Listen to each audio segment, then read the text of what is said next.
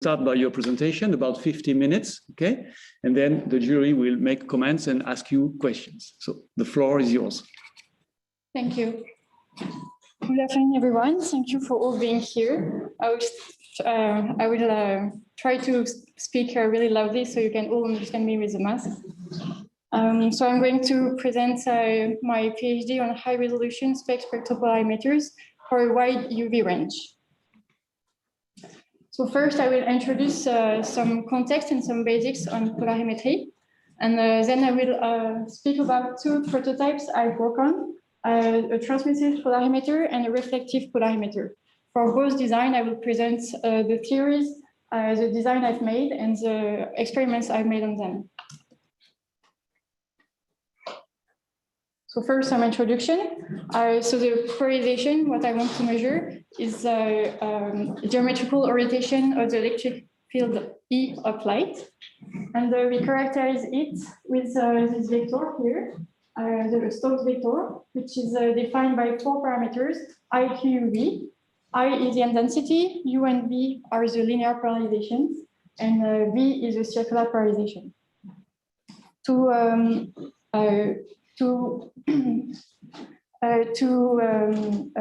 use these Stokes parameters and to use this Stokes vector, I introduced the Maëlle matrix. Maëlle matrix is specific to a component, and it characterizes how the component is going to affect the polarization. So it is defined by this equation here. We have the output Stokes vector, which is equal to the Maëlle matrix multiplied by the input Stokes vector. So some context, I have worked on 3 different space missions, Pollux, Castor, and Polestar. I will here only talk about Pollux, which is the main one, and which describe well all the specific question we have on polarimetry.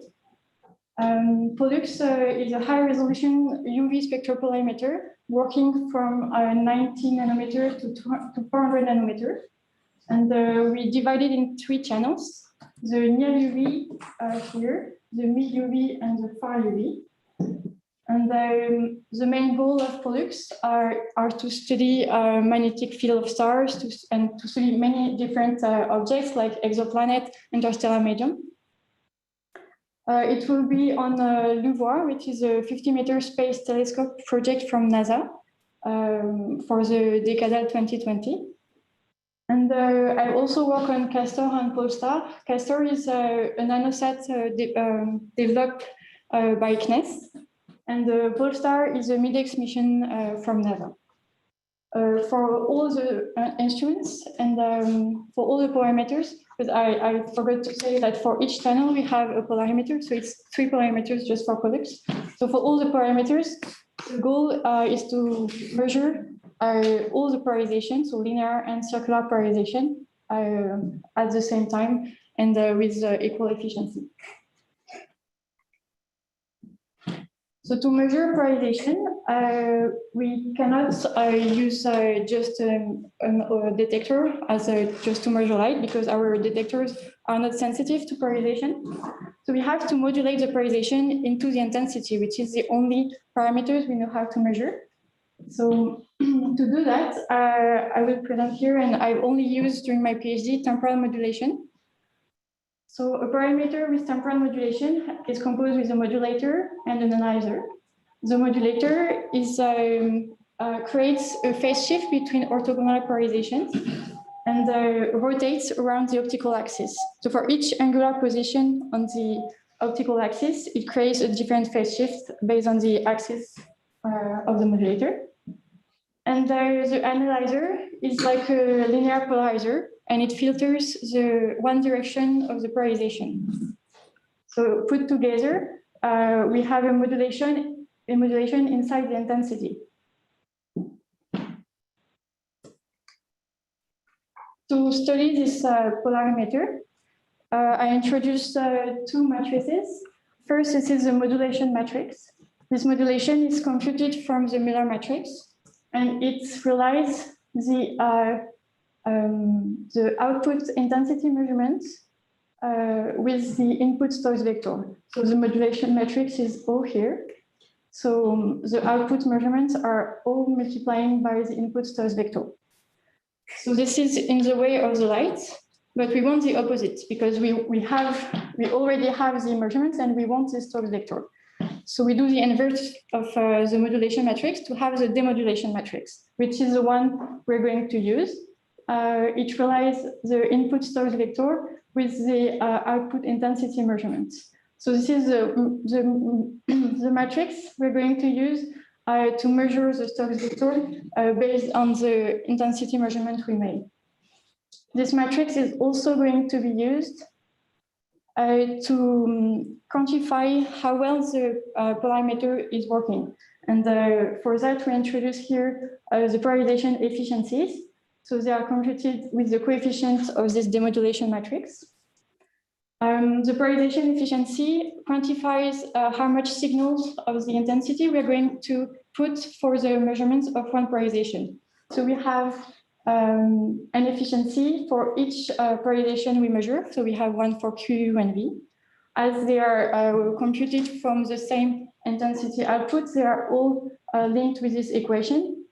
And as a consequence, if we want to have the three polarization Q, U, and V at the same time with the same efficiencies, the optimal efficiency we want to have is 57.7% for the three of them. To compare the polarimeters one to another, efficiencies are great because they quantify how well we extract the signal from our intensity, but we also need to be sure we have intensity. So I introduce also the figure of merit, which is defined by the average of the efficiency multiplied by the square root of the transmission of the polarimeter. So now that we have all the basics to study polarimeters, I will introduce what I have done for the prototype using transmission. So the optical design of such a polarimeter by transmission is here. So the modulator is composed with wave plates, and the analyzer is a Wollaston prism. The modulator is optimized based on a few parameters. First, we have several options about the number of angular position we may have. We need at least 4 because we want to measure 4 parameters, but we can go up to 8 or more, but it's not necessary. And we can have air gaps or optical contacts, so all the plates can be bonded together with molecular bonding, but they also can be spaced. And this modulator is optimized based on the thickness of the plates and the fast axis angle of the plates. At the output of the optimization, to optimize, I use a MATLAB code for optimization. And the output of the optimization are always very thin plates because they are plates of a few microns. And these plates are not feasible. So to make this plate, to build this plate, we have to double them to make plates thicker of 0.3 millimeter. And so we make, for one plate of a few micron, we make 2 plates of a few millimeter, and we cross them, and we make the difference of these plates of a few micron. And this is the difference of these plates that is going to create the wave shift that we want. And so that's why I say here we have double plates, because each plate is actually a double plate. The analyzer, I won't really talk about it during this presentation because it has to be optimized based on the instrument. But in transmission, we use Wollaston prism, and we have a 100% efficiency, so it's not really an issue to study here. To study here the near UV polarimeter, I present you here the figure of merit as a function of wavelengths for different prototypes. I had several options. I studied 2 materials, case with 2 or 3 double plates, and cases with optical contact or with air gaps. So this makes 8 polarimeters. What we see at first sight is that the polarimeters with silica have lower figure of Maëlle than the one using magnesium chloride. So we won't choose these cases. For the 4 cases with magnesium chloride, the 2 lowest here are the one with air gaps, and the 2 highest are the one at optical contact. The one at optical contact, we can see that the best one is the case with 3 plates. And at the opposite, when we have air gaps, the best one here is the one with 2 plates. Actually, it is really easy to understand because with 3 plates, we will have a better efficiency. But if we have air gaps, we will have less transmission. As we don't know yet if we have double optical contact or air gaps, I choose to make a modulator with 2 plates. Indeed, as plates are made with very efficient materials, the material is anisotrope, and it will expand or retract in different direction. So it may be sensitive to thermal variation. I will talk about that a bit later in the presentation. I present here the efficiencies for the modulator I've made for Pollux. So for the mid UV here and for the near UV here, they are plotted as a function of wavelengths.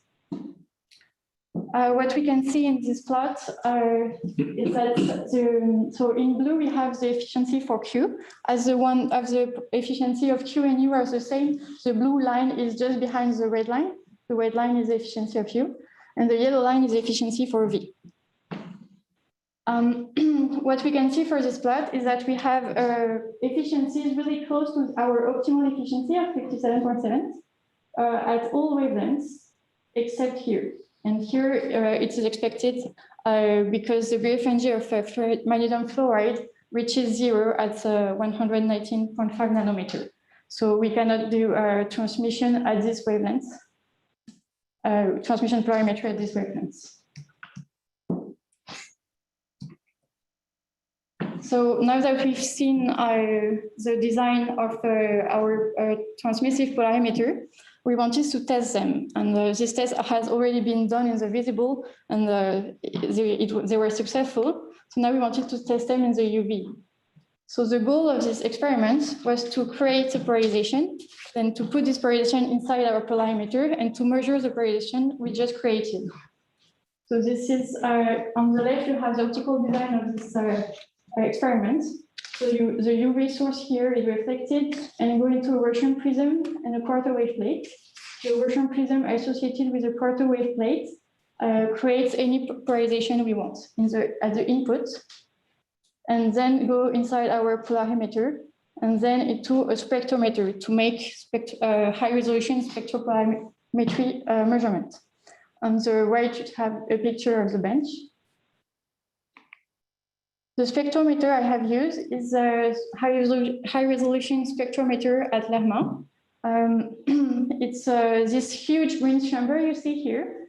It is 10 meters long, and the resolution of this instrument is 120,000. And the only inconvenience using it was that as it is very long, the aperture of the spectrometer is very small. So I couldn't measure the two output beams of the polarimeter at the same time. So I have to measure one after the other one. And this was not ideal for polarimetry. The spectrometer is used with sensitive plates, photosensitive plates. So here I present a very tiny sample of such a plate. So this is actually 2 samples. The one on the left here, we have 3 measurements of spectra. This is a very tiny sample because we have a bit less of 1 nanometer between these 2 lines. And in global, the plates measure 20 nanometer. So these plates have to be scanned and the signal extracting from the scan to be used. At first, in our first measurement, we have a very high signal to noise when we are doing our measurements. So we have a nice result, like, not result, but nice measurements. And after a few days, a few weeks of measurements, the flux started to decrease, and we end up with a very low signal to noise ratio. And this was due mainly to one component, which is the first mirror next to the source.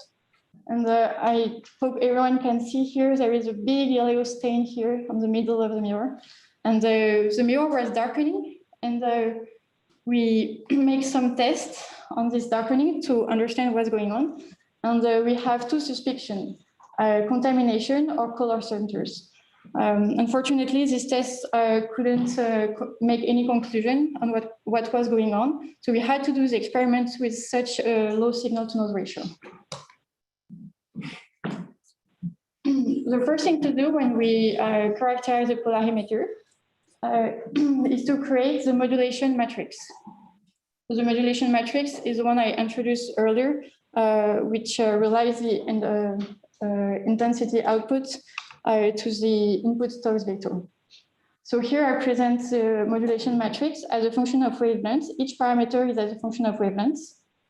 In yellow, we have the theory. In blue, we have the experimental data.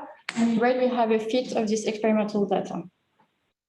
What we can already see from this measurements is that we have, for some parameters, we have a big difference between the theory and the experimental data. Based on this matrix, we do the pseudo-inverse to have the demodulation matrix. And this is the one we're going to use to make our actual polarization measurements. So this is the same legend. In yellow, the theory, in blue, our data, and in red, the fit of the data. And with this demodulation matrix, we can make the efficiencies. We can plot the efficiencies. So the efficiency are plotted as a function of wavelengths. In blue, we have the efficiency for Q, in red for U, and in E for yellow. And the solid lines are the experimental data, and the dashed lines are the theory. So as before, we already see that we have differences with the theory. But to know if we improve the modulation matrix or if we just have mistake in our measurements, we have to make actual polarization measurements. So to do that, we inject several polarizations inside our polarimeter. I present here two. I call them A and D. A is a circular polarization and B a linear polarization. So here, as a result of our measurements, in black, we have the theory. In blue, we have our experimental data demodulated with our experimental modulation matrix, demodulation matrix. And in red, we have our experimental data, but demodulated with the theoretical demodulation matrix. What we can see from these plots is that for most cases, the data demodulated with the theory have better results than the one demodulated with our experimental matrix. So the conclusion of that is that the measurement of our matrix has false the result instead of increasing them. Just to give you an idea of the precision we have, I plotted for measure B here the angle of polarization as a function of wavelengths. So the input angle of polarization was -80.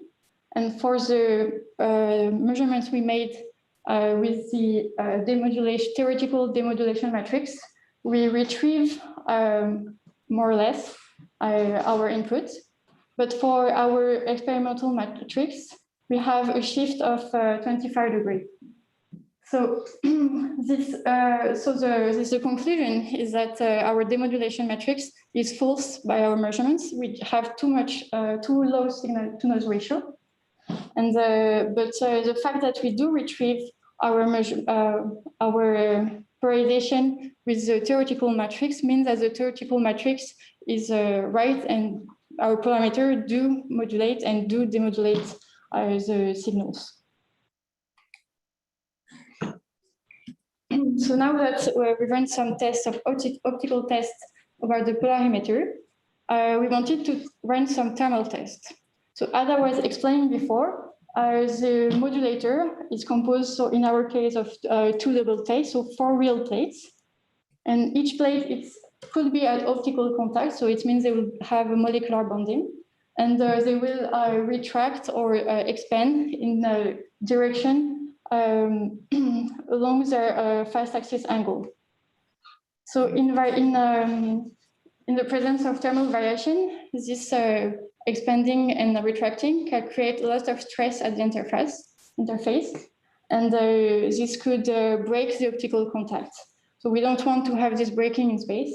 So we wanted to test and space qualify this modulator and see if it survives under this variation. So to space qualify this parameter, we have to run 8 cycles between +55 and -25 degrees Celsius. So we put our plates here. We put our plates in a thermal chamber with a mirror, which is perfectly in line with the plate, and we create ring-shaped interferences. While we are doing the temperature variation, if one of the optical contact breaks, our alignment will break. So the ring-shaped interferences will shift into line-shaped interferences. So I present here pictures of the interferences we see at 30, 0, and -22 degrees. So at 30 degrees, we have our ring-shaped interferences. So the temperatures go high to +55, and then we go lower again to 0 degrees. At 0 degrees, we see that we started to have distortion of the rings. But at this point, the plates were not broken. They were just really distorted. And a visual inspection confirmed that. And at -22 degrees, we see we have hyperbolic interferences. It was not the line shape expected, but at this point, we know for sure that the plates, the optical contacts were broken. And so a visual inspection confirms that. We can see here we have polarization. So the first experiment resulted in this sample broken. So we have a few suspicions about what happened. So the optical contact could have been too weak to survive the variation. But also we are wondering if the mechanical mount had an impact and was also stressing the plate, sorry. We also were wondering if our thermal chamber had a temperature homogeneity, because it was very difficult to control, and we know that the plates could have been under a lot of thermal stress and too much thermal stress. Also, these samples which were tested had 4 plates, and we also wanted to test samples with 2 plates, which could be more resistant. So we set up a new experiment at CNES. So as we didn't have any monitoring, we put a lot of samples in the chamber, and we did the 8 cycles. And at the end of the 8 cycles, we just watch which one survived. So here are the samples inside the chamber. So we had samples without mounts. We have sample with mounts with 1 spring load to maintain it, samples with 2 spring loads to maintain it, and the sample with 2 plates, sample with 4 plates. So this was to test which one survived better. At the end of the cycles, we had only 1 sample out of the 7 which broke, which optical contact broke. So this was sample E. So we see it here that we see fringes. But what was also surprising is that our sample G here is a sample which is very similar to the one we tested before. It has exactly the same specification. It has 4 plates, it has the same mounts, the same axis. So it broke in our first experiment, but it didn't here. So we have several conclusions that maybe as on the first experiment, the temperature was not controlled accurately. but also maybe we don't define well our samples, because we only define the number of plates, it has mount or not, but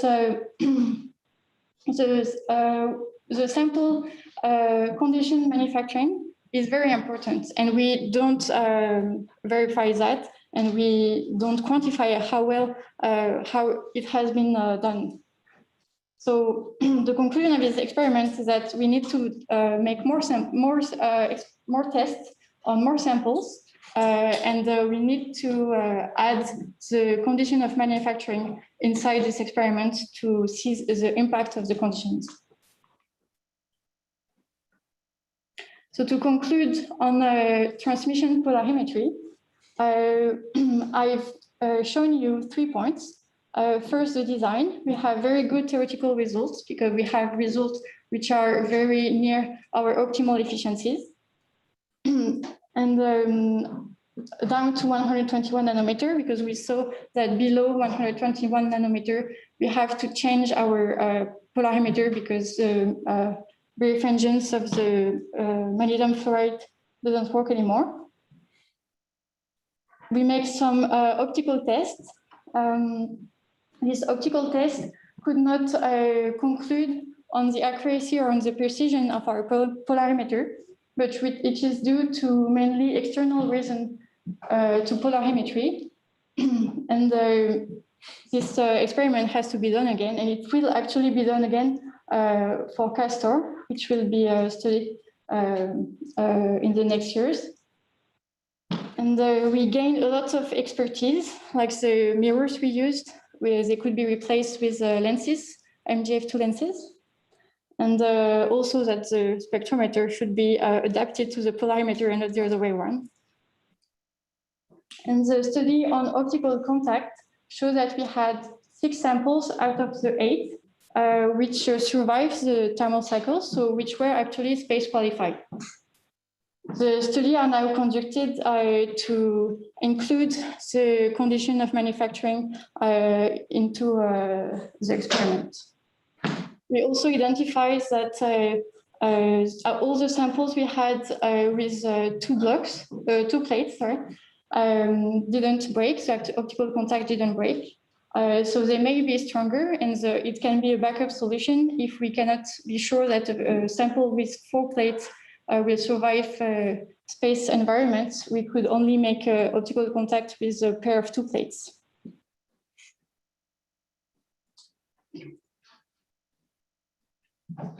So now for the last part of my presentation, I will present the work I have done on reflective polarimetry. So the design is quite similar to the one with transmission. We have a modulator and analyzer. The modulator is composed with 3 mirrors.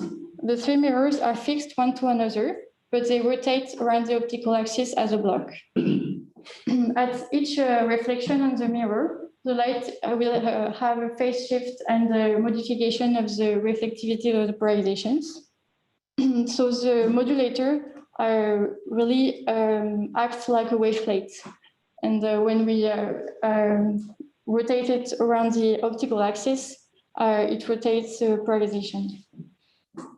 The analyzer is made with only 1 mirror. And the mirror will be placed at a position which is similar to a Brewster angle. Brewster angle is very monochromatic, so it has a 100% efficiency at only 1 wavelength. So we will study the incidence angle of our analyzer to have efficiency all over our spectrum. Instead of optimizing the thickness of the plate or the fast axis angle of the plate, to optimize this prototype, the incidence angle on the first mirror was optimized, and also the materials of each mirror and of the analyzer. And the goal was the same, was to that our efficiency were the closest possible to the optimal efficiencies. the analyzer, contrary to the transmissive prototype where the analyzer was not optimized, here the analyzer is optimized because we don't have a 100% efficiency. The first step to optimize this polarimeter is to optimize the analyzer, because the analyzer will have to be considered for the optimization of the modulator. So I present here two plots, the contrast as a function of the incidence angle for several materials, and here's the figure of merit as a function of the incidence angle for several materials as well. They are all average on the spectrum I'm studying. I'm studying the spectrum for the far UV polarimeter of products, so from 19 nanometers to 100 nanometers. What we see is that for the contrast, we have the best result with a contrast of 0.9 for CF2 and MGF2. But if you watch at the figure of merit, they are not the best choice, because they have low reflectivities. So even though the contrast will be very good, we won't have any signal. So instead, we identified TAC, tetrahedral carbon, which is like a semi-diamond, as a base choice, because it has a very good reflectivity in UV. It has, so the figure of merit is 0.6, and the contrast is 0.7. So now that I show you here, so now that the analyzer was optimized, the modulator can be optimized based on this analyzer. So the angle of incidence and the materials were choose based on the results we have for the analyzer. So we have the results for the modulator is 1 mirror in boron carbide and 2 mirrors in SiC. So, and the angle of incidence in the first mirror is 86.8. And our efficiency are here presented as a function of wavelengths. We see that we have a very good efficiency at high wavelengths. And this is actually very encouraging result, because this is the first optimized polarimeter in the far UV. And this technique can be applied lower. I applied it here to 19 nanometers because this is the spectrum we are interested in, but this can be applied lower. The main difficulty we had for this optimization is the choice of materials, because we don't have a lot of information on these materials. In the far UV, we need both the real and complex optical index to make this optimization. But in far UV, we don't find easily this information. And when we found them, we see that they are different from one paper to the other one. And this is explained because in far UV, the optical index is very sensitive to the sample we are studying. So from one paper to the other one, they didn't have the same sample, so they don't have the same value. So our results works with the samples of the person from which we took the optical index. So we want to have our own database from the samples we could have for our polarimeter. So to do that, we need to measure the polarization before and after reflection of the materials we will use. So to do that, we need a polarimeter in the far UV. So we are in a vicious circle. To break this circle, our solution was the use of gold, because gold is a known material. It is pure, it is constant with supplier, and we think that we can rely on the theory of gold. So we made an experiment using a gold polarimeter. So it is not the same polarimeter I just showed you, because it's a new polarimeter that we optimize only with gold. And so we have the modulator here, 3 plates of gold, which rotates around the optical axis, and the analyzer here. And so we have a sample here. So we send the light on the sample, and we measure the reflected light. but we can also remove the sample and just measure the light incoming. So we can measure polarization before and after reflection and samples.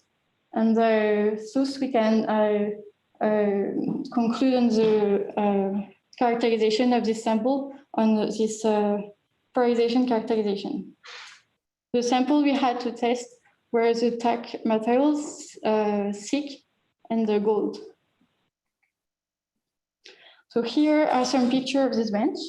So on the right, this is the bench I just showed you, with here the sample, here the modulator, here the analyzer, and here the sensor.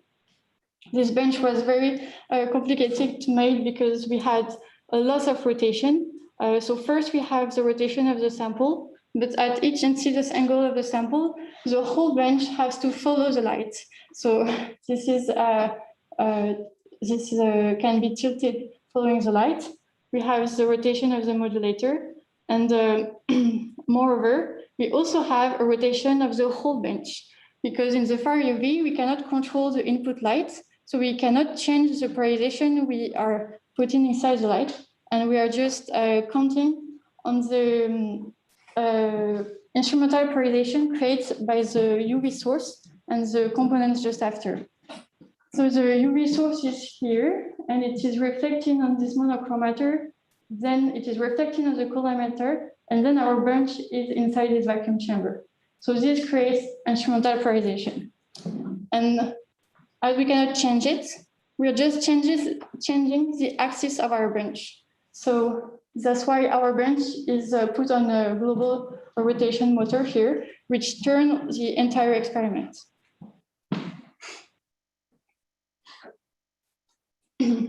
The first step before putting this experiment in UV was to test it in the visible. Indeed, it is way easier to start with visible light, even though the parameter was not optimized for visible, but just because we could see the beam and we didn't have to be in vacuum, so you don't have to wait 6 hours between each measurement. So the first step, it is exactly like the experiment I did with transmissive polarimetry. I create here with a linear polarizer and a quarter wave plate a polarization, and then this polarization is reflected by a sample, or without the sample, it goes directly inside the polarimeter. You have here two pictures of the bench for the visible bench. On the right, the bench here is tilted because there is a sample, so the bench follows the light. And here there is no sample, so the light goes directly into the polarimeter. What I show you here is the modulation of the polarimeter. On the right, we have the modulator which rotates around the optical axis, and we see here the beam. And on the right, we see the beam while the modulator is rotating for a non-polarized input. And we see here the histogram of the image, and we see that the intensity doesn't move. It is the same for all the modulation angles. At the opposite here on the left, this is the same. So the modulator is rotating, and we also have the histogram here. But this is for 100% Q input, so it's for polarized light. And we see that our intensity is moving here. And so this is the modulation of the polarization. So this proves that our polarimeter does modulate the light, and we'll be able to measure polarization. Here is the intensity as a function of the modulation angle for this polarimeter. So this is a modulation of our polarimeter. So similarly to the transmissive polarimeter, the first step was to create the modulation and demodulation matrix, and then some measurements were made. So I present here the results we have for these measurements. So all these tests were done at a red light 630 nanometer.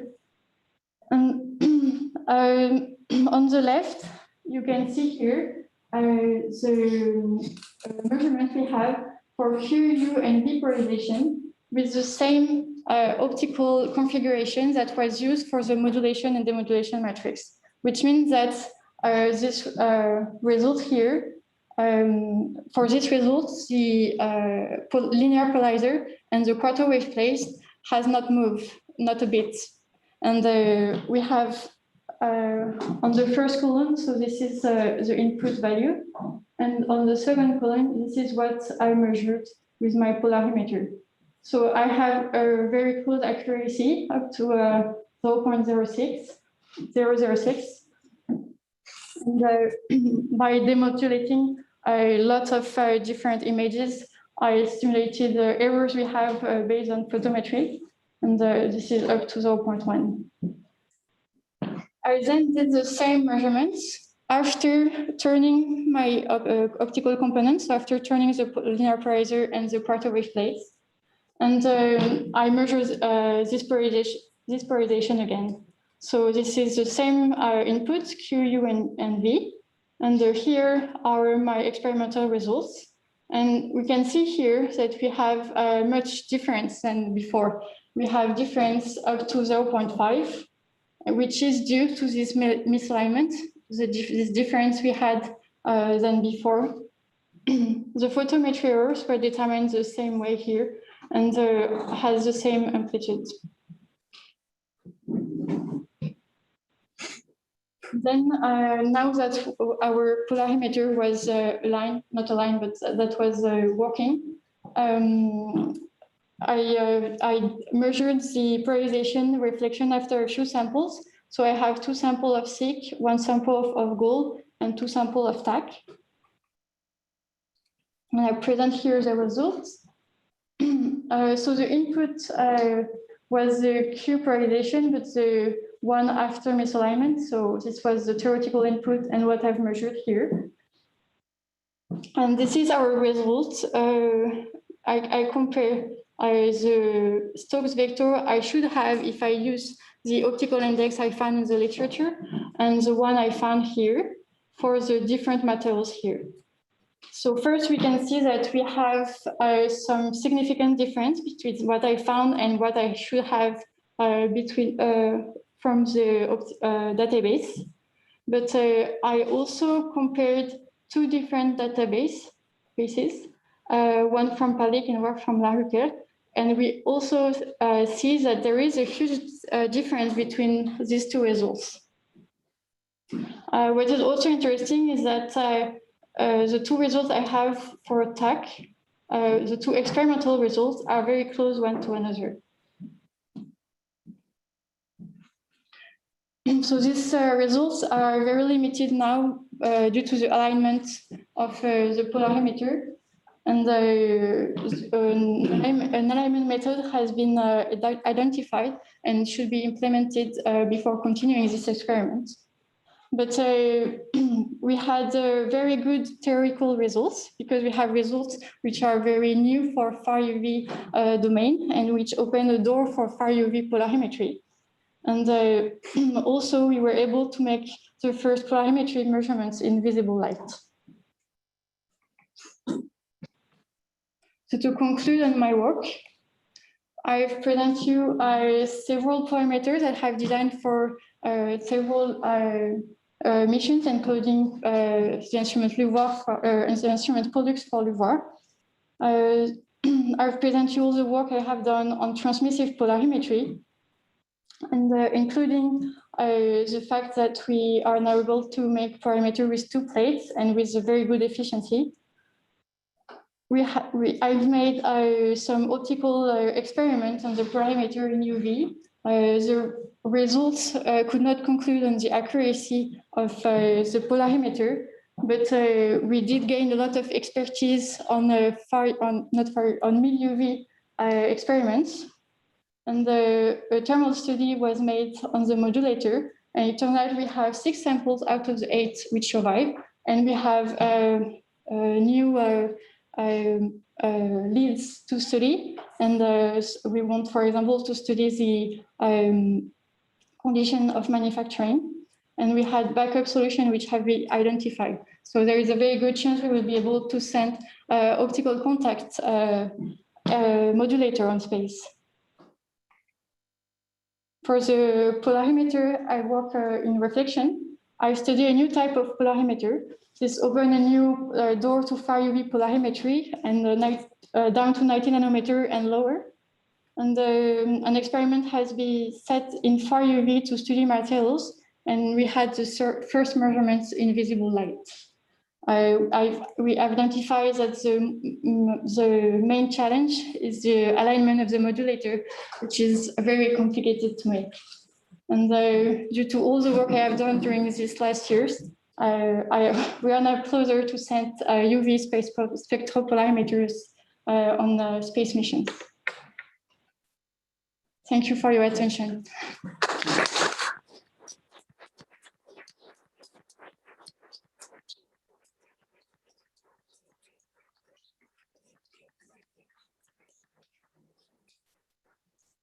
So thank you very much, Maëlle. So we will now turn to the phase of comments and questions from the jury. We will, as usual, start with the reviewers of your work, and I will give the floor to Frans. Please make comments and ask questions. Thank you. I'll first make a comment.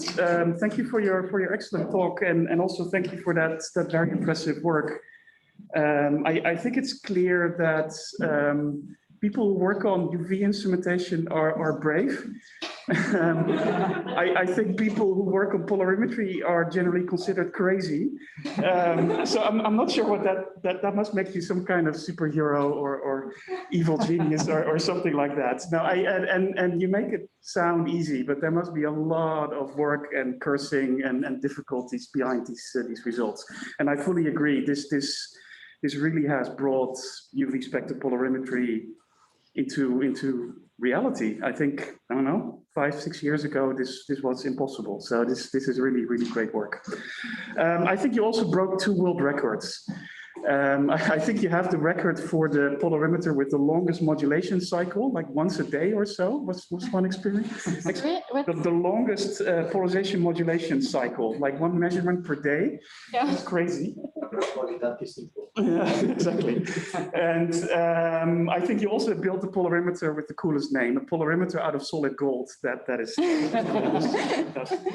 And with semi-diamonds. Exactly, and diamonds as well. Yeah, it's all bling. I'd like to start almost at the beginning of your talk with what you actually want to measure and why. So you say you want to measure the complete Stokes vector, so both linear and circular polarization. And you also say you want to have this pretty much the same efficiency for linear and circular. So I guess these are 2 questions. So why do you want to measure everything? And why do you need similar efficiency for all of them? I'll just go back to, oh.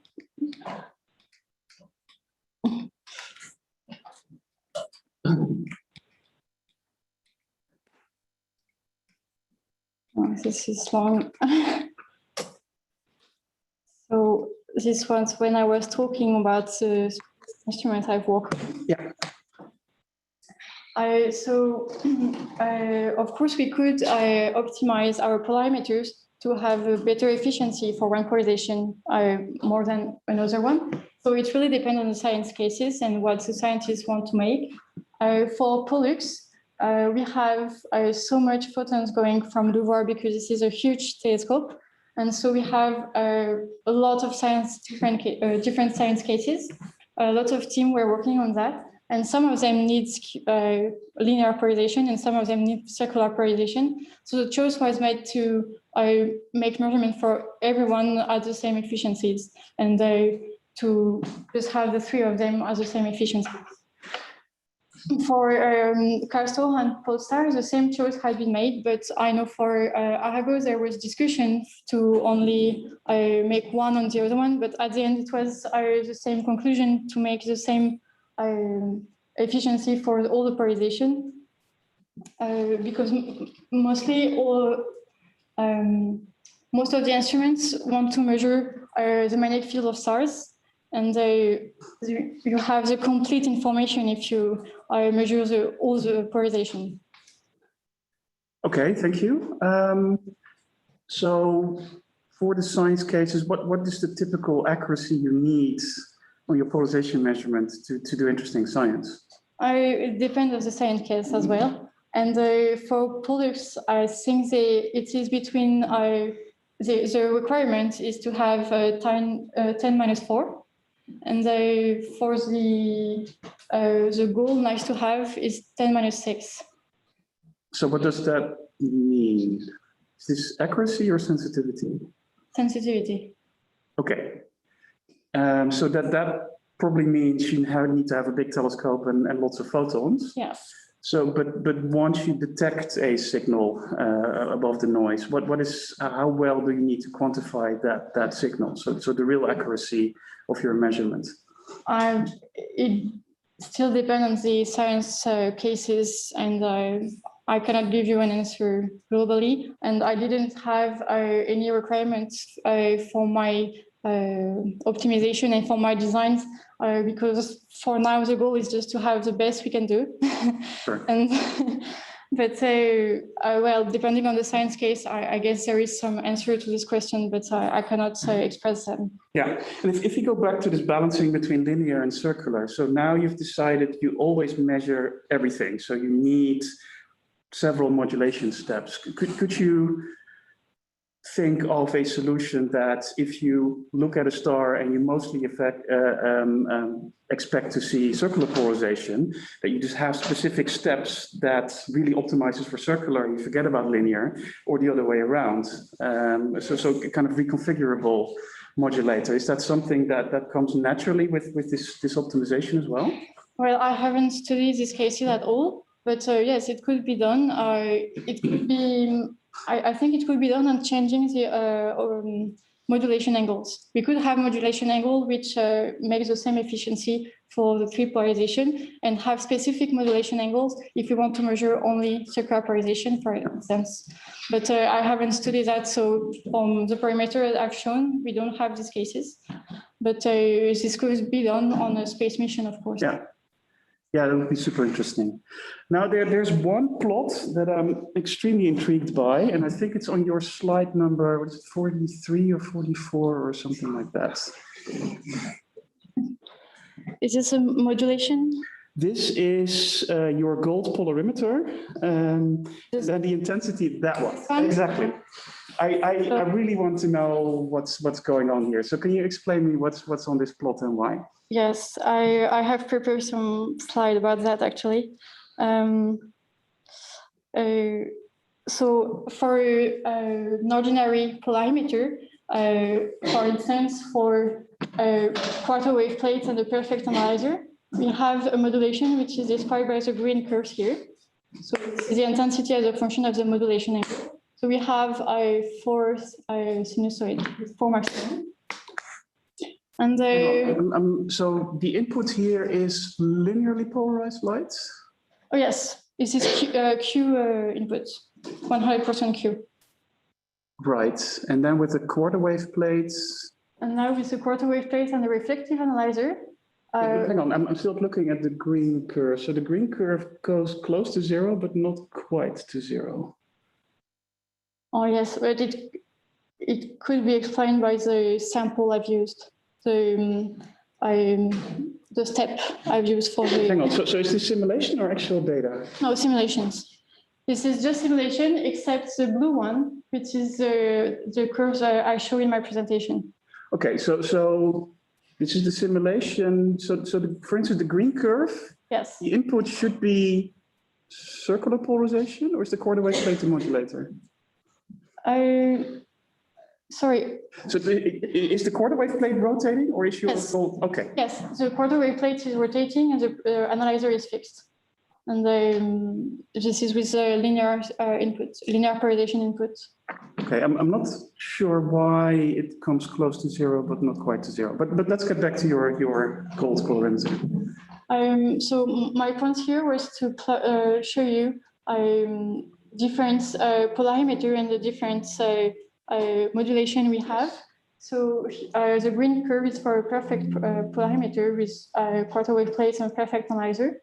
And if we keep the quarter wave plate but take a reflective analyzer, we have this violet curve here. So we still have the 4 maximum, but we have a very low contrast. Yeah. Now, if we take back the perfect analyzer and we take a reflective modulator, we have the yellow curve, so which is the one here, which is quite similar to the one which is perfect. And then in red, we have the reflective polarimeter I've used, and this is a simulation. So what I simulate is we still have 4 maximum, but it's very flat, but we still have 2 maximum here and 2 here. They are just not resolved. And the difference between the experimental curve I have and the theoretical one is because I'm not aligned properly. And I show you that. I made some simulation when I change the angle on the first mirror and the polarizer stays still. And we see that we could have the 4 maximum intensity. And so my configuration is more like the violet one here. And so depending on the incidence angle on the modulator and the analyzer, we can be in opposition and phase, or we can be perfectly phased. And so that's why we sometimes we have only 2 maximum and sometimes 4. So can you say that again? So what is the fundamental difference between having 4 modulation wobbles and 2? It's just, so maybe we see it better here. So here I was changing the incidence angle on the modulator by step of 15. Yes. And here I did it from 85 to 90 by step of 1. And we can see clearly that we go, so in blue here, from 2 modulation here. And if we go up to 90, we have the perfect 4 of them. And when we increase here the incidence angle, one of the modulation is shifting. Yes. So why is this? What is the physics behind this? I guess it depends on because both the analyzer and the modulator are the same components. They're both mirrors. And if they, depending on their alignments, they can add their effects, or at the opposite, they can subtract their effects. So what are the 2 effects that are competing here? Well, in the Müller matrix of this modulator.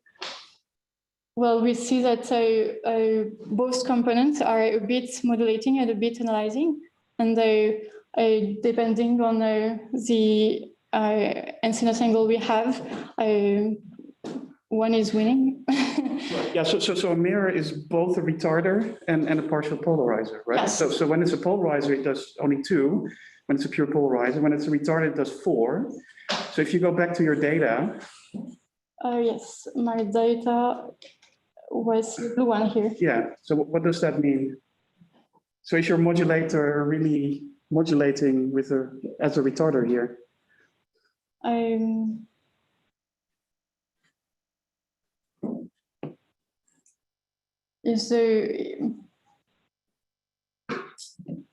don't know. It means that the modulator is also analyzing. Yeah, exactly. I think your modulator is like a rotating polarizer. Yes. That's why you're measuring polarization. Yeah. And the mirror behind it does something. Yeah. but it can be removed as well. Right, so I think in the UV, you're optimizing this to have 4 wobbles to really act as a retarder, but here in the visible, it just happens. Yes. It's a polarizer, it's like a Brewster plate. And you're measuring polarization just by rotating a polarizer, which yes. is not fun, of course. Yeah, no, that's extremely interesting. We should have a bit more. Yeah, no, that's just what gold does at these angles, at this wavelength. Yes. Good luck or bad luck, I don't know which one of them. No, that's super interesting. I'd like to ask a question, if I may, about your other polarimeter, the transmissive one. Yes. So here you have an analyzer that just has 1 beam. And in your transmissive one, you have either a Wollaston prism or a Rochon prism, which has two beams coming out. Yes. What is the reason that you want to have these beam splitters with two beams? Well, we have twice the output if we have that, because they are complementary. So we can use both of them and we have more signal because we don't lose any signal. That's the first reason.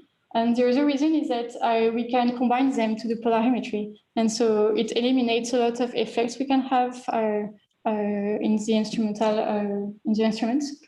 And by combining them, we remove all of these effects which happen to the two beams. And by combining them, we won't have to measure the actual intensity we have, because we just know that the intensity we have at the output is just the addition of these two outputs. If you have only one, you also look at the variation you have based on the maximum intensity you could have, but you don't know what is the intensity. So that's why my experiment was so difficult, because it was very difficult to know exactly what was the intensity we were putting into the polarimeter. Yeah, no, I think you're referring to a technique that was, I think, invented at this observatory, in fact, to deal with fluctuations from ground-based astronomy, right? So if you're observing a star and the seeing changes and all that, you need this dual beam.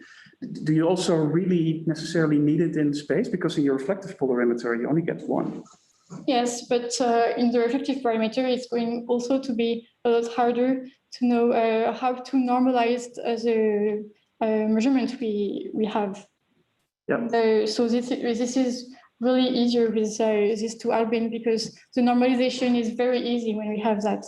And this is the main reason for me, because this is what was very complex in the experiment I've made. Yeah. And yeah. No, I'm curious about that experiment, because she could only do one or the other. But did you need both sets necessarily? Because I understand that took days and days to yes. measure, right? Well, actually, at first, we were thinking that by doing calibration of all the measurements, we will still be able to use both beams together. So even if it was measured days apart, when we calibrate it, we could put them together and use them as if they were made at the same time. And at the end, we really couldn't, because the conditions were so different. Yeah. But we were not expecting such different conditions from the beginning to the end of the experiment. So the calibration were not enough. Yes. So that's why we didn't put them together. But this was the goal, and that's why we measured the two outputs. And we could have measured twice the same output with what we did. But yeah, because you mentioned that the two beams are complementary. So if you measure the one, in principle, you know the other one if your prism is good, right? If you know the intensity. Exactly, yes, yeah, exactly. And yeah, so that was difficult to retrieve the intensity we had. And the very first goal was to put them together. Yeah. And as we didn't, it turned out it was not necessary to measure both of them, but it was not the first plan. Yeah. Okay, I'd like you now, so you build these two fairly different polarimeters, but for the same goal. So if you would compare them, what are the kind of fundamental differences between the two concepts? Well, actually, it will be compared for the mid-UV channel of polyps, because as we cannot measure here the polarization at this wavelength, we want to also make this polarimeter with reflective to see the two efficiencies we could have. So we will really compare them. I would say that the reflective one is still more complicated in experimentation, because the alignment really, I took months just to do that, and I didn't succeed. I end up my alignment is not good enough, and I know the Mikado team here did an alignment with a K-mirror. For Mikado, they use it as a derotator, but it is the same than our modulator.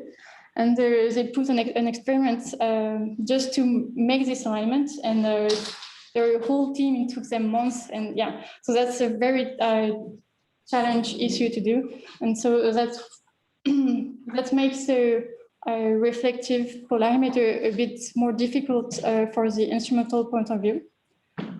And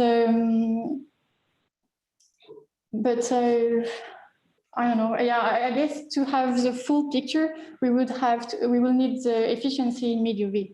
Because if we see that we don't have this issue and we still have a good efficiency in mid-UV, maybe it will still be a really good thing to have this reflective polarimeter also in the mid-UV. But you're allowed to dream. Suppose the CNES gives you infinite money and time, and you can hire people to do all these alignments and stuff. Which one of the two concepts can be the best one? Or maybe the other way around. For both of the concepts, what will be kind of the dominant source of error to the polarimetry, and which error is bigger? Oh, polarimeter error, you mean? Yes. I will still say the reflective one will have bigger errors, but this has to be quantified, of course. But because the incidence angle, well, you mean if we align perfectly, yeah, incidence angle? Everything that money can buy, you can get. So you get perfect alignments and everything.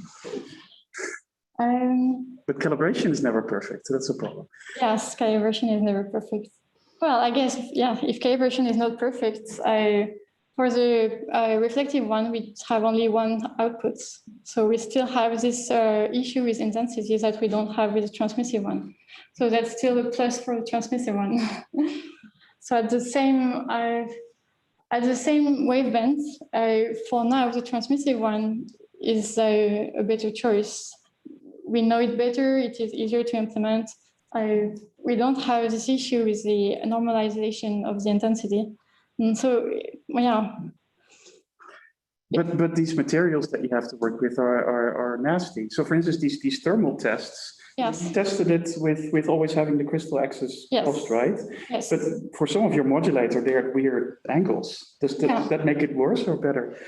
Well, I guess it will make them better, because if we have cross axis, we will have the more stress on the contact, because the expanding will be in very opposite direction. Well, not opposite, but the difference will be really in opposite direction. And if the angles are closer, we will have components in the same direction.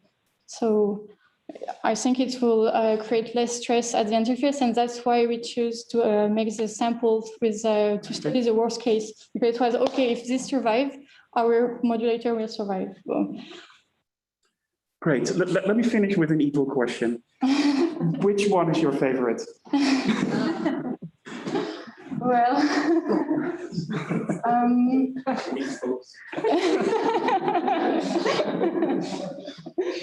both of them were very difficult to study. So, but I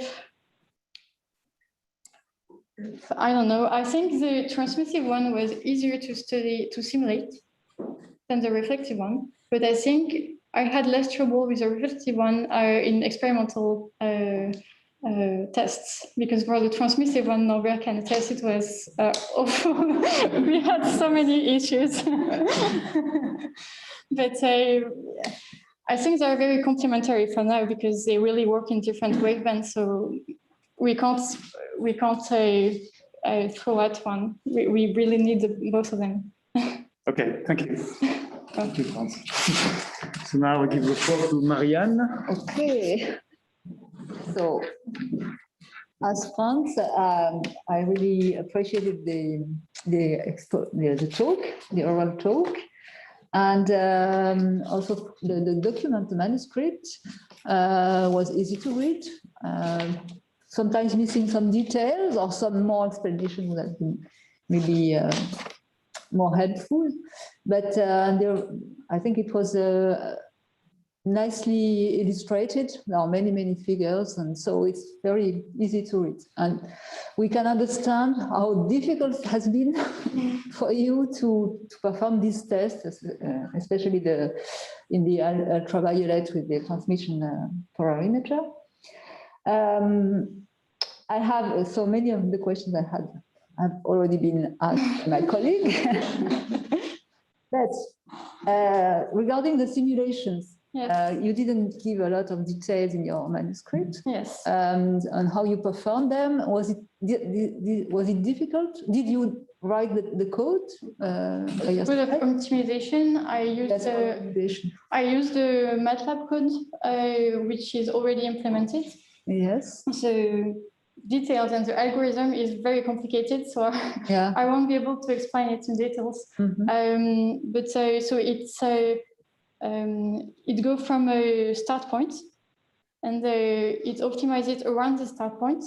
So to really cover all the possibility I had, I created a random start point from all the possibility I had, and I optimized from this random start point for I don't know 10,000 times each time I was studying one polarimeter. And this gave me the okay. So you estimate that you have all the parameter space. You have explored all the parameter space. Yes, because there were so many inputs. We had an intern who were here for a few months who worked on a global optimization code, and she didn't conclude yet because it is a huge work, of course. But the first results she had showed that it was the same efficiency that I found. So I'm not saying this is the best efficiency we can have and that there won't be any improvement, of course not, but I think this is already a very good Confirmation. a very good optimization, yes. Okay. And did it take a long time? I mean, the computation time? Yes. Okay. Yeah. I was putting it at night. Okay. Yeah, every night it takes like a few, 6 to 8 hours. Okay. Yeah, that's huge. Okay. I had the same question about the optimization of the efficiency for one Stokes parameter rather than another one. Okay, you answered already this question. Yes, I have another. So for the reflective, for example, polarizer, do you think there could be an issue with the possible scattering of the mirror surface, scattering of light? Did you take that into account or not? I didn't consider this at all. It might be. I really didn't study that, so it's difficult to say. We're just. I guess because we use in the ultraviolet. I guess it's very sensitive. I mean, there are some roughness of the mirror. Yes. Yeah. I guess the roughness will have to be very good, but it's really too early in the study to have some consideration on that. It will also depend, I guess, on the whole instrument, because it will depend on the beam when we arrive in the polarimeter. And in my test, I always had collimated beam, and in the instrument it could be not collimated but really tiny beams. But so it could have different effects. So I guess it will also depend on the optical path on the instrument. Yeah, probably. Yeah. So then for this parameter, there are no tests yet for in the UV domain. No. You have only simulations. Do you think how difficult will it be? Oh. I guess it will be difficult. Mainly the experimental part, because so the alignment of the modulator is really difficult to do, and it depends on the light you're putting in. So in the visible light, even though it's very difficult, it will be possible because we see the light. Yes. And once we go in UV, you have to trust what we did in visible light. And so, of course, some alignment can be done with a laser, and which will be also placed in the cube. But also the detector we have is counting photons, and we don't have an image. So I think it will be very hard work to start the experiment in UV, to make sure, to be sure that the alignment is still okay in the UV light, and to start the experiment in UV. The beginning will be very hard. Once it will be set, I think the experiment on itself is not that hard, but the setting up is complex. Okay, and do you know of other projects and instrumental ideas that would be in the air for doing such polarization measurements in the UV? Are there other designs? In the UV, not that I know of. No? In Polymetry, there's tons of them, but mainly in visible and infrared. In the UV, there have been some projects.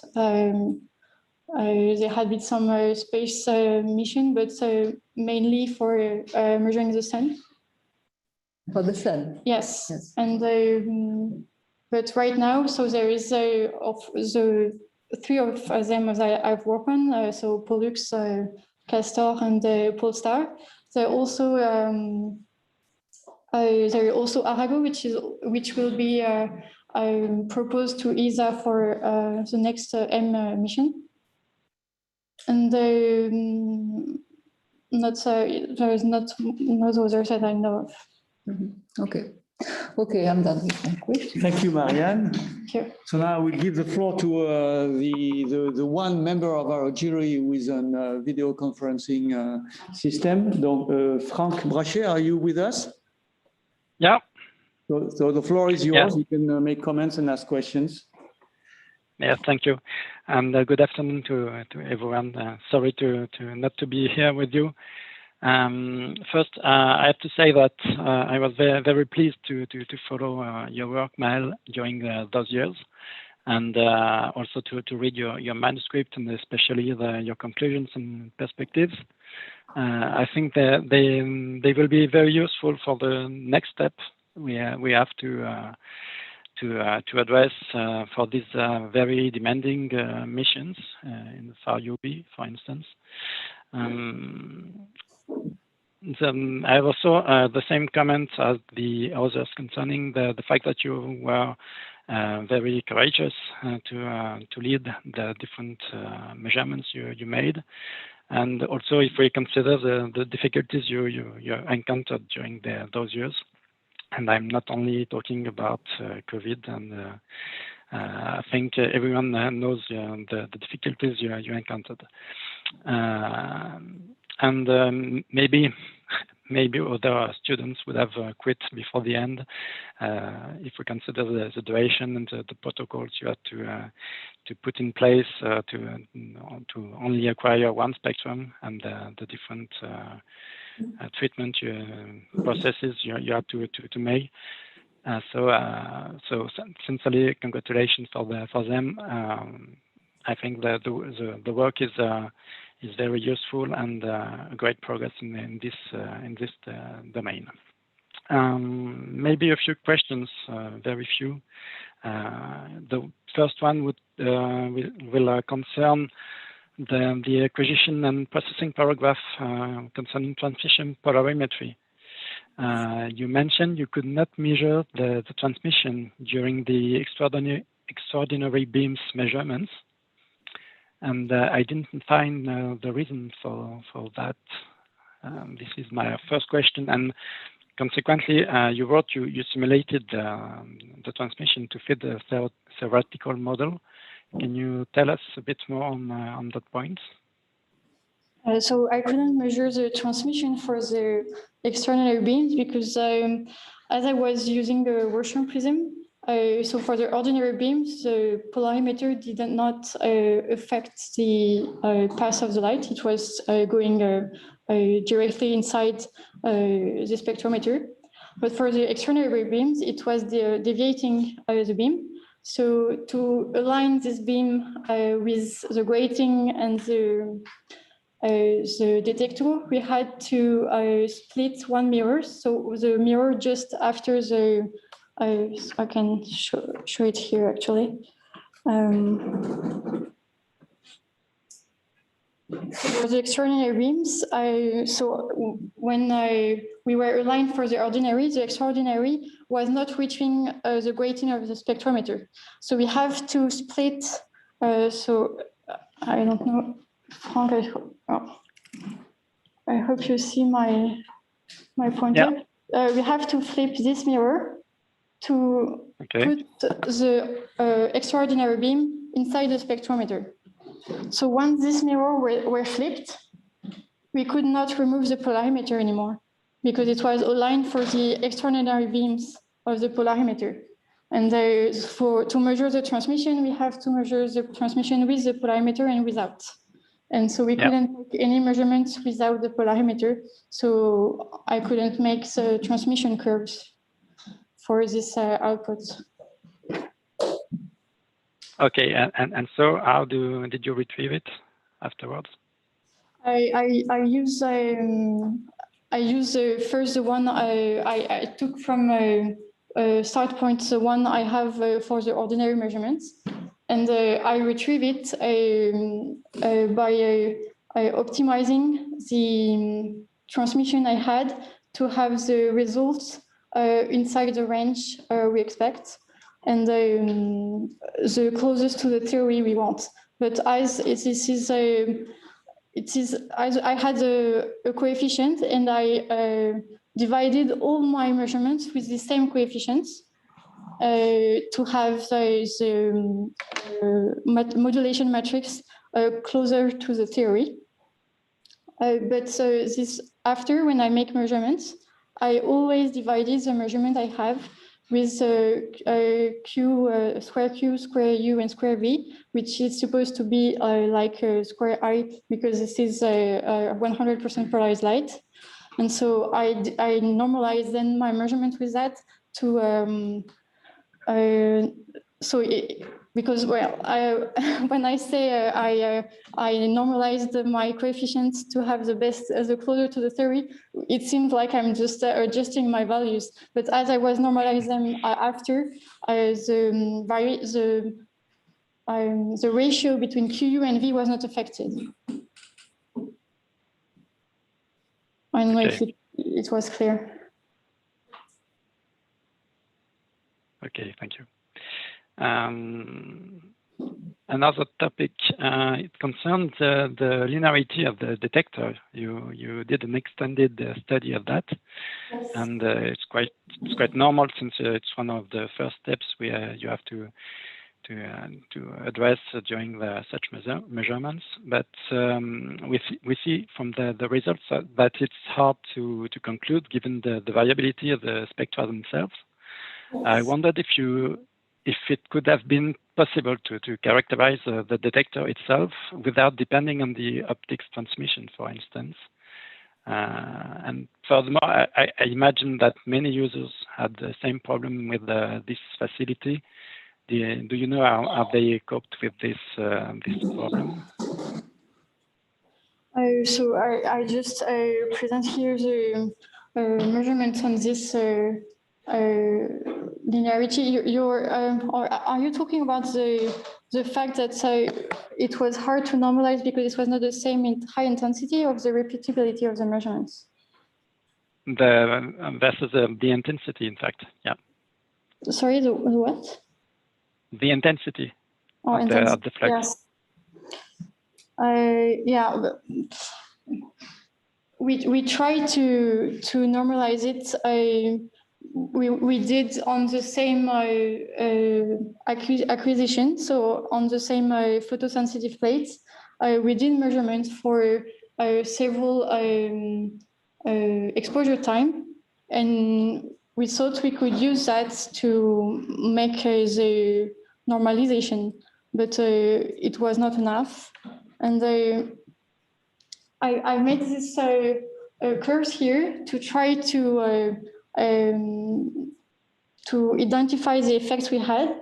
So it was just for the recall. This is the ratio between spectra of so here 10 minutes, here 21 hour and a half, 3 hours, with one of 6 hours. I consider the one from 6 hours to be the reference. And this is the ratio we have between these two as a function of the intensity of the first spectrum. So for instance, here, this is the ratio between the spectrum of 10 and the intensity of the spectrum of 10. And the ratio are normalized, so we are around 1. And I was hoping to see if we had linear curves here, which were increasing with the intensity of the spectrum. And we have a little bit here for the spectrum of 10, but we see that we don't really have it with all the spectrum. And so that was my attempt to simulate this, trying to understand what was going on with this nonlinearity. And it was well, it didn't seem to follow any clear curves. So based on that, I was not able to identify nonlinearity with the intensity. Okay. And lastly, it's more a remark than a question. I'm a bit worried about the knowledge needed on the material complex indices, especially in the far UV. Maybe a thesis dedicated to this topic will be needed. I don't know, but I hope this is not a showstopper for the reflective polarimeter concept. And what's your opinion on that? And especially, do you consider that it will be dependent on the samples, and that we will have to measure each sample and to characterize it? I think it will be very interesting to study it. And when we were visiting Juan Larroquette in Spain, we saw how complex all these measurements were. And he had a PhD student which were only dedicating to measuring the optical complex index of the materials. And it was a subject on itself. And yes, it will be a huge results to have all this data for the materials we want. And I think it will be really needed in the UV, as there is very few data in the UV. Yeah, great. Okay. And that will be very interesting, I think. And maybe last, concerning the optical contacting technique and the potential problems that can occur. You mentioned that you propose to group the plates 2 by 2. Yes. What about the fringes that will necessarily occur? I think you had a study to start at Lysia on that, but can you tell us a bit more on this point? Yes, so one of the inconveniences to have air gaps between the plates is that the reflections of the lights on these plates will go back inside the polarimeter and will have more effects, will have more phase shifts on the modulator, and will so the modulation matrix will be wrong for these reflections, and so it will false the signal, and this can have a significant impact, and this have to be simulated. I have not done this on my PhD. One student did start this work in our team, but for now this is only trying to redo the results that were done in some paper, and this result was not applied to our cases yet. And so we should continue the study to apply this to our cases and to simulate these fringes. But yes, these fringes have to be simulated. Okay. Let's see it. Okay, in the future.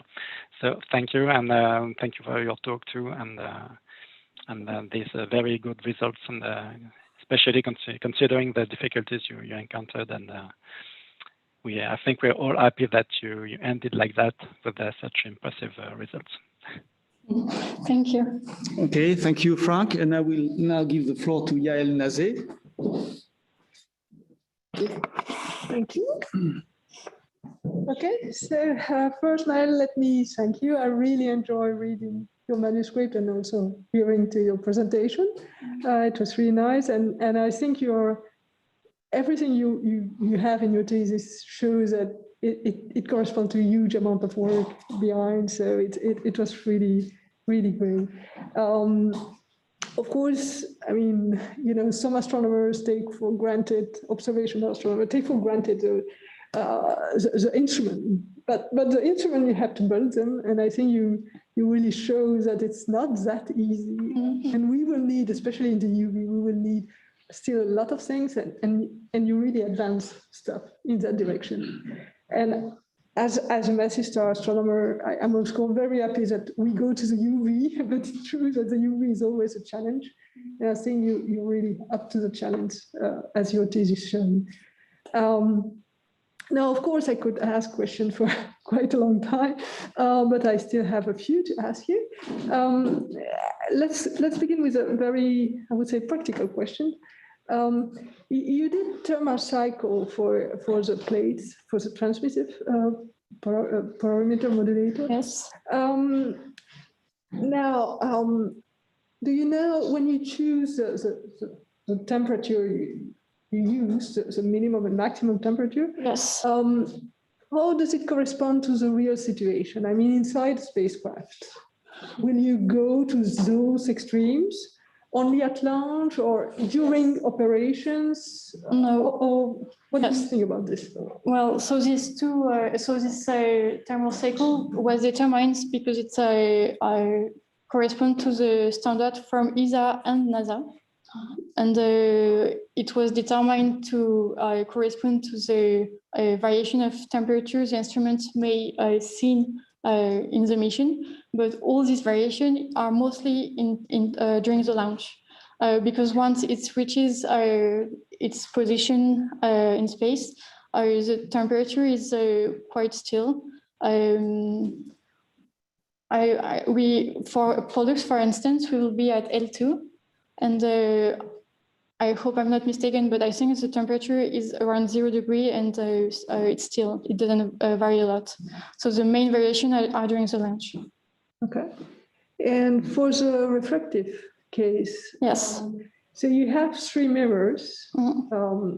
And in the end, you choose different materials for those 3 mirrors. Yes. Why?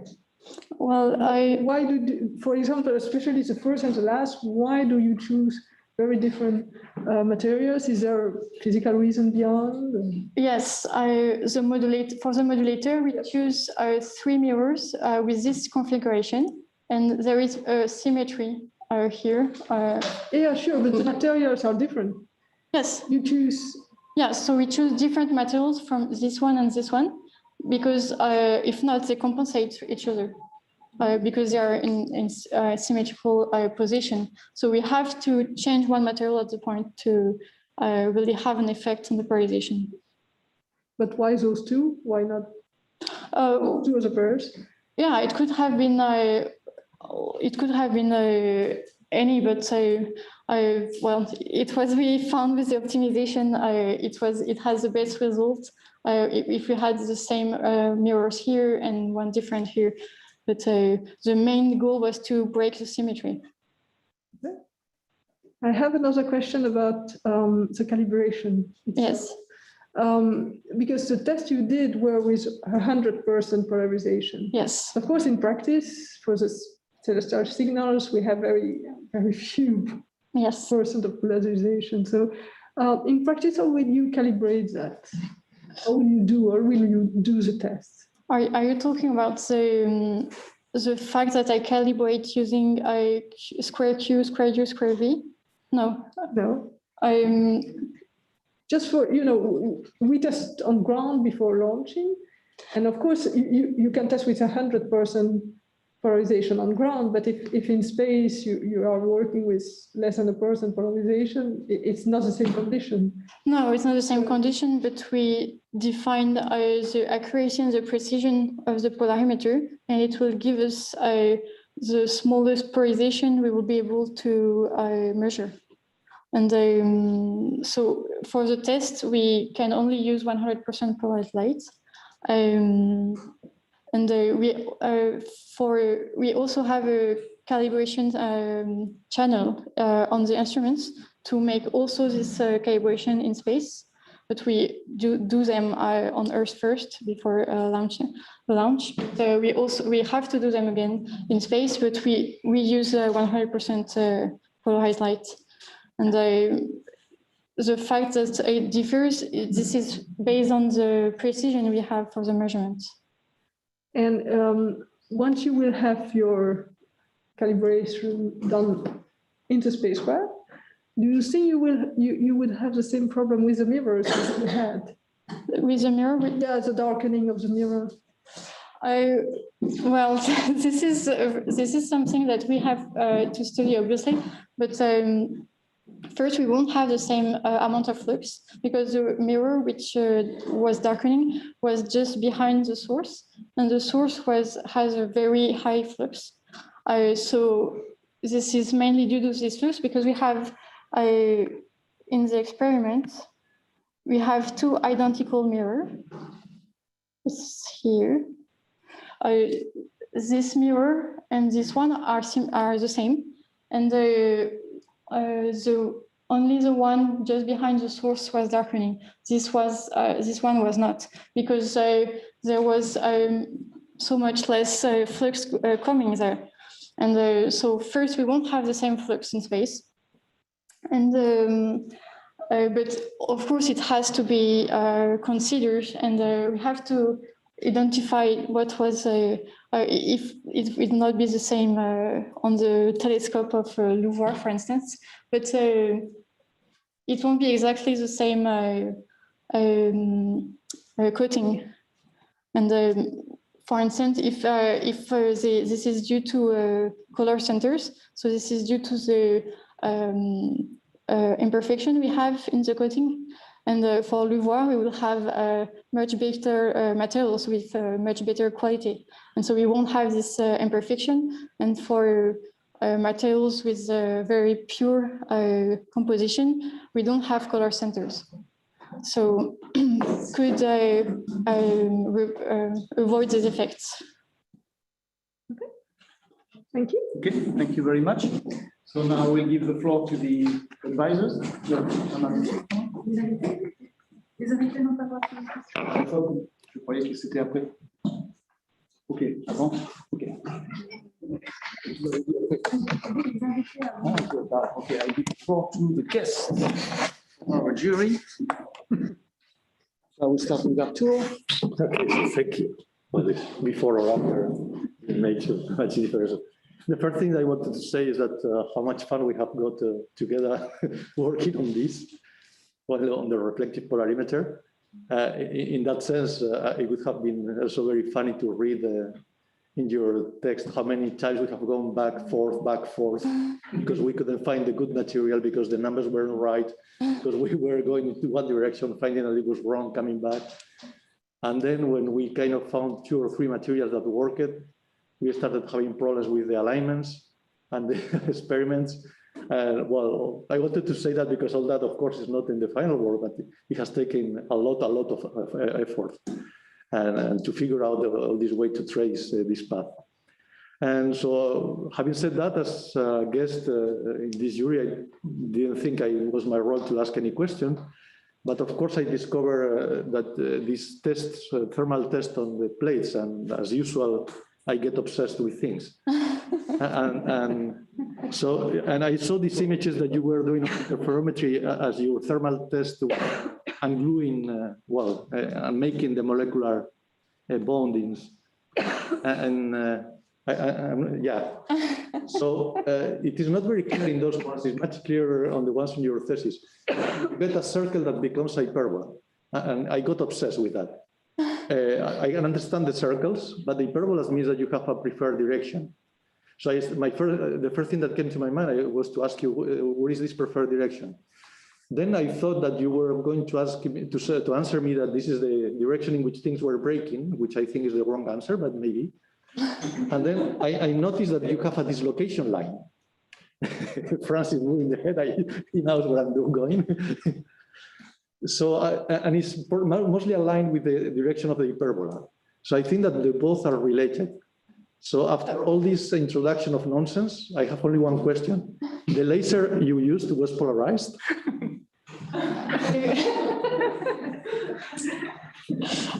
Yes. So Answer, yes. I think you built a LEO filter. What? I think you built it without knowing a LEO filter. Oh. Yes, yeah. The laser was polarized and the beam splitter was not a polarizing beam splitter, but yes, so the light we have was linear polarized. Okay, so I think I think there is a lot of information in that hyperbola. I think it is telling you exactly what happened and how it broke. Okay. But it will take a lot of effort to figure out. But I think there's a lot of information. I was not expecting that hyperbola. Yes, we were expecting lines, but yeah. So anyway, thank you for all this work we have done together. It was real fun working with you. Yes, thank you. Thank you, Arturo. So Norbert, yes, I cannot move it further closer, but it's okay. Yes, so I just want to congratulate Maëlle for the presentation and for the manuscript, for the huge work that has been done. And I want to say how it was particularly difficult context in which you worked, because the transmission polarimeter experiment has been stopped 5 times, 5 times for months, your thesis. And for external reasons, my accident, your accident, the COVID, this is 18 months that you couldn't work on the experiment. Yes. This is difficult to imagine worse conditions. So, despite this, I was very impressed for all the result you showed, for the work, for the ideas. So, I want to congratulate you and to thank you one more time. It was a great pleasure for me to work with you. She is a very hard worker. Thank you. I have no special question for you. Thank you. Thank you, Norbert. Now I'll give the floor to the writers in whatever order you choose to follow. All right, so of course I have no question either because we had enough time over the last few years to discuss all your work, and we had very interesting discussions. What I want to stress is exactly what Norbert just said. During your PhD, the conditions were a bit particular.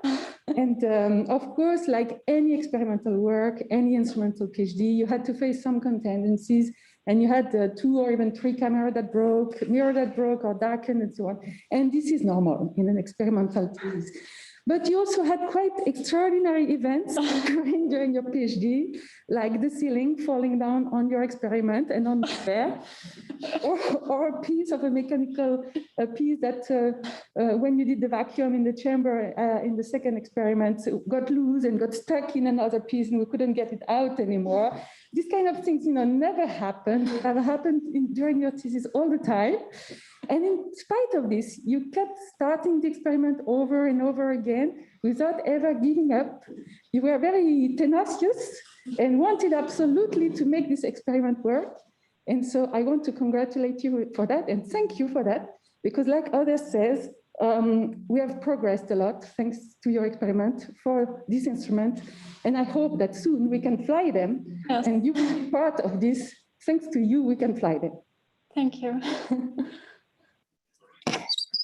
Okay, I will maybe repeat everybody, but I want to highlight the first point what Franz said. as an optical engineer, most of them in the world are afraid of two things, polarimetry and UV, independently from each other. And I think you're the first women, men, whatever in the world, in history of science who made both together and at all the wavelengths at the same time. Because we talk about UV, but UV polarimetry can exist at one particular wavelength, but you need in all the spectral range. This is really something new. So yeah, I mean, I think if we measure the quality of a PhD in the number of new PhD we would need to answer questions, I think you would win. In all of your slides, we would need maybe one new PhD thesis for each slide for each problem you open. And I think that's science. It's just pushing boundaries of knowledge, technology. Opens doors. I know it's frustrating for you. It has been frustrating for you because the results are not optimal, because you have an accuracy of 50% when you want 10 to the minus 4. But that's great results because you opened so many doors for so many future students and so many further studies. So I think it's really very, very good. And just to finish, as all of the people who worked with you, it was a real pleasure to work with you and yeah, congratulations. Thank you. I hope Frank was still listening to the next 5 PhD, please. Thank you. So again, I think I will congratulate you for this fine work. I really enjoyed your presentation. It was very clear, very well presented. I think I understood most of it. And I also enjoyed your manuscript, which I understand can be improved, but it was really nice to read and I really enjoyed it. Thank you. So I'm very impressed by your work, as everybody on the jury. I might repeat some of the things that people have said. It's a difficult subject. It has been repeated many times. It's a new domain. There are very few studies which existed before you work on UV polarimetry, if any, especially talking about the instrumental work that you have done. I mean, we know it is very difficult. It has also been emphasized by the other members of the jury. It presents many risks, and you know that, of course, because you have so many difficulties, unexpected difficulties. It's a pioneering work that you've performed in very difficult conditions, and I think it requires a lot of courage and determination, which obviously you have. And perhaps I can concur with what Franz said at the beginning. I mean, people like you doing UV polarimetry, experimental UV polarimetry, should be considered as heroes. And perhaps when we fly those missions in a few years from now, there should be a hall of fame where your photograph and your name appear very clearly. So I would like, in my turn, to congratulate and thank you for this work. I have a long list of questions, actually, but we will take some more time later on. Huh? Perhaps just something I did not really understand. In your manuscript, you remind us that there is a version B for the mission LUVOIR, yes, in which there is no Pollux, but there is some kind of polarimeter, polarimetric module that will be added to another instrument, yes, LUMOS. So I was wondering, what kind of polarimeter is that? And will the studies that you have performed be useful for this instrument? Or is it something, I mean, will we have to do again all this work in a different way? No, because so for LUMOS, this is also in UV. And we will just add a transmissive polarimeter. So the first design I have shown, the polarimeter should be optimized again because this is not exactly the same range that I have studied. But all the work I have done will be applied to this polarimeter the same way that it was applied to Pollux. Okay. So perhaps when you revise your manuscript, perhaps you should ask just a few words saying that in this case, I mean, yes, most of the results can be applied. Okay. Yes. Okay. So thanks again. Now I turn to the room. If there are some questions that people want to ask. Oh, okay. Okay. So now the jury will deliberate in another room, if I understand correctly.